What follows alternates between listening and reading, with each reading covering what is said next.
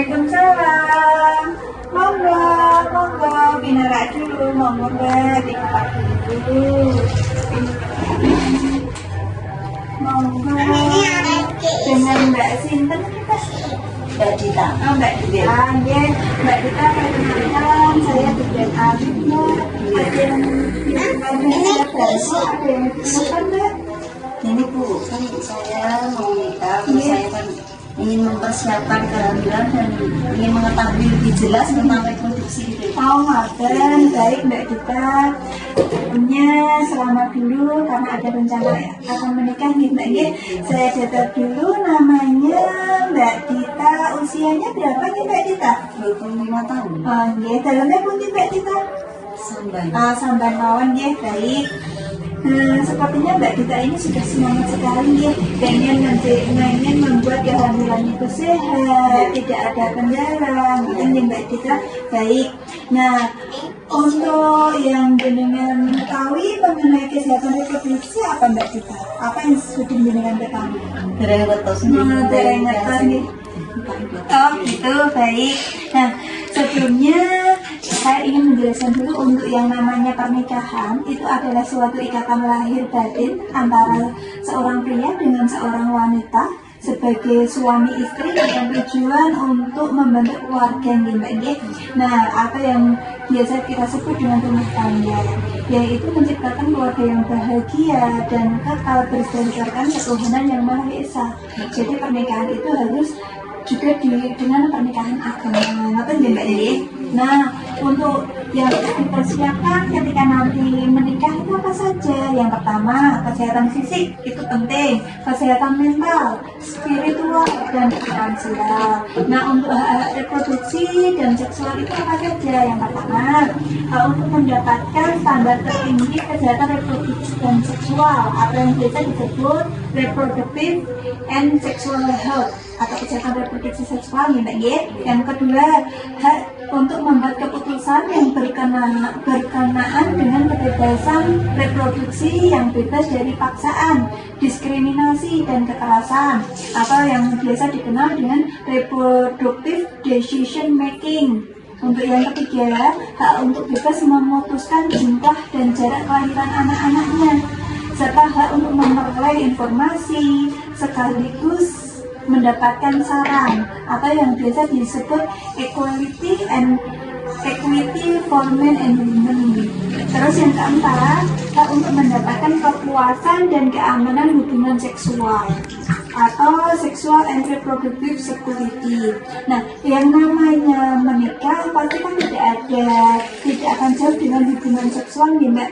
Setiap wanita dan laki-laki pasti mempunyai yang namanya organ reproduksi. Ini sudah ada gambarannya Mbak?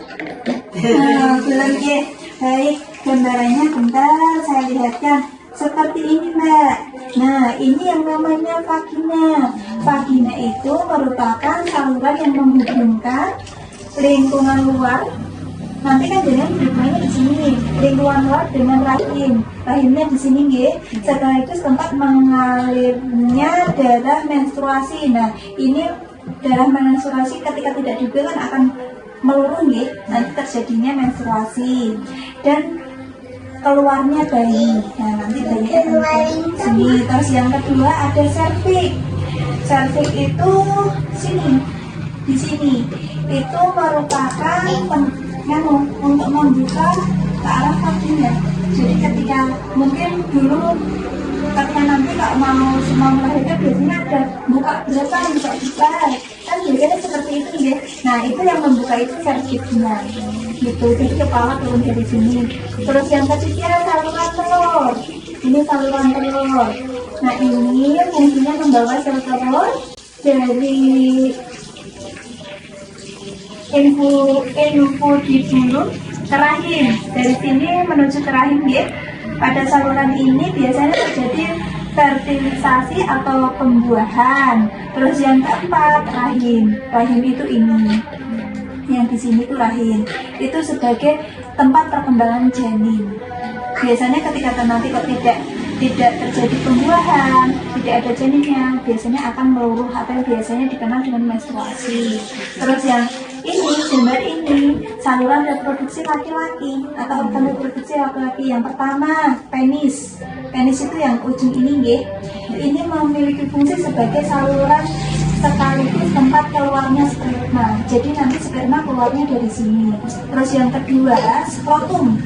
Skrotum itu biasanya yang sewu ada bijinya 2, itu namanya skrotum.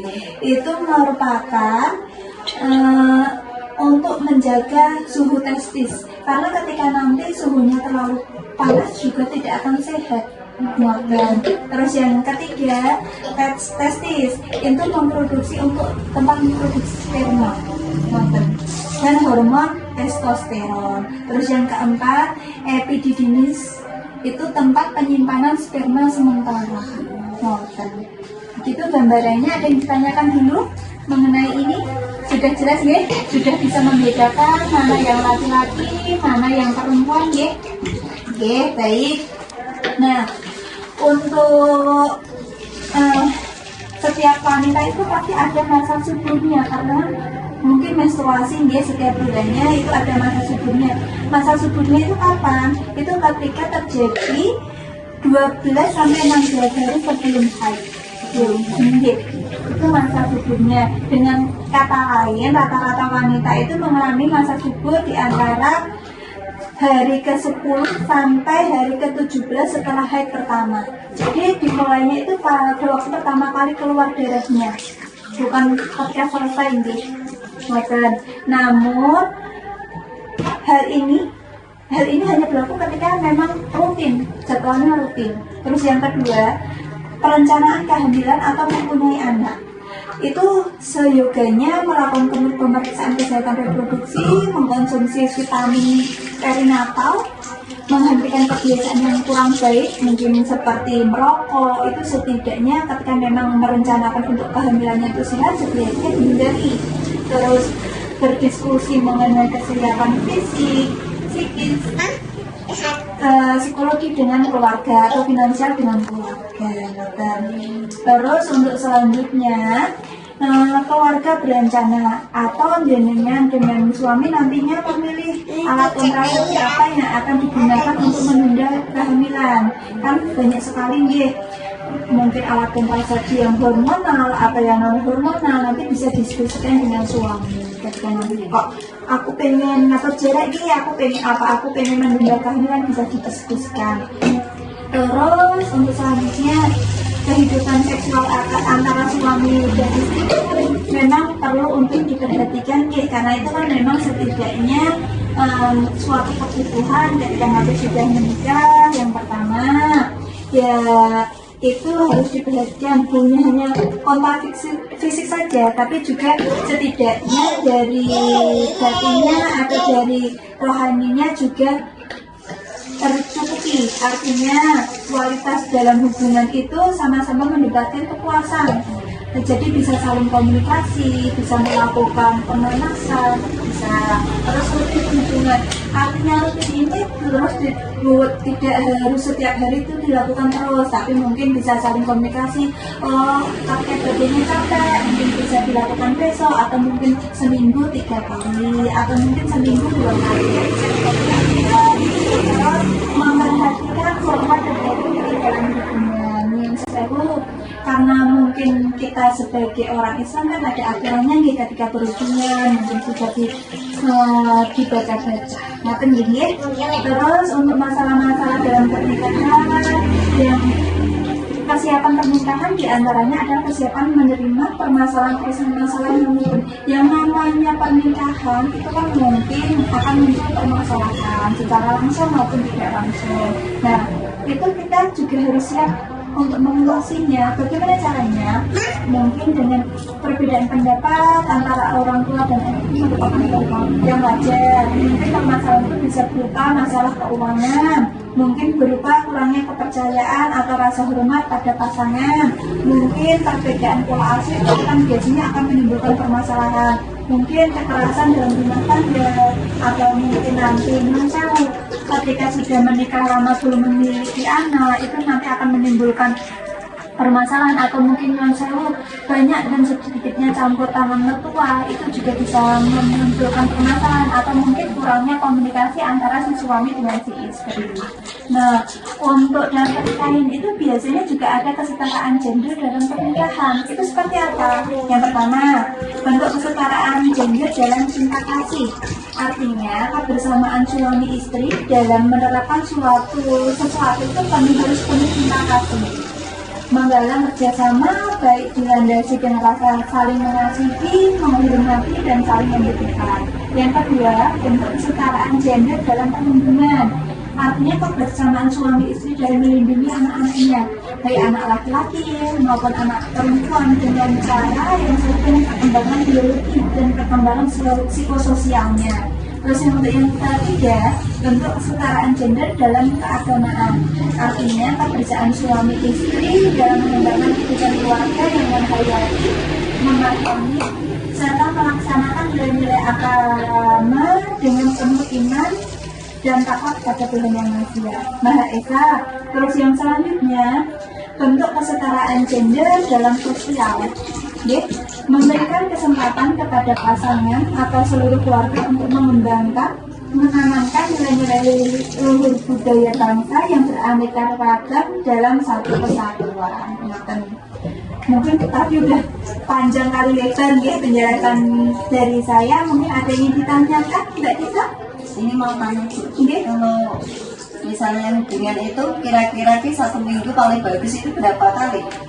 Yang tadi dikomunikasikan.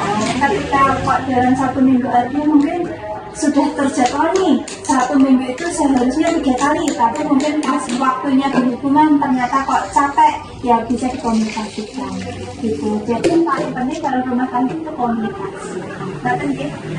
Mungkin ada yang ditanyakan lagi.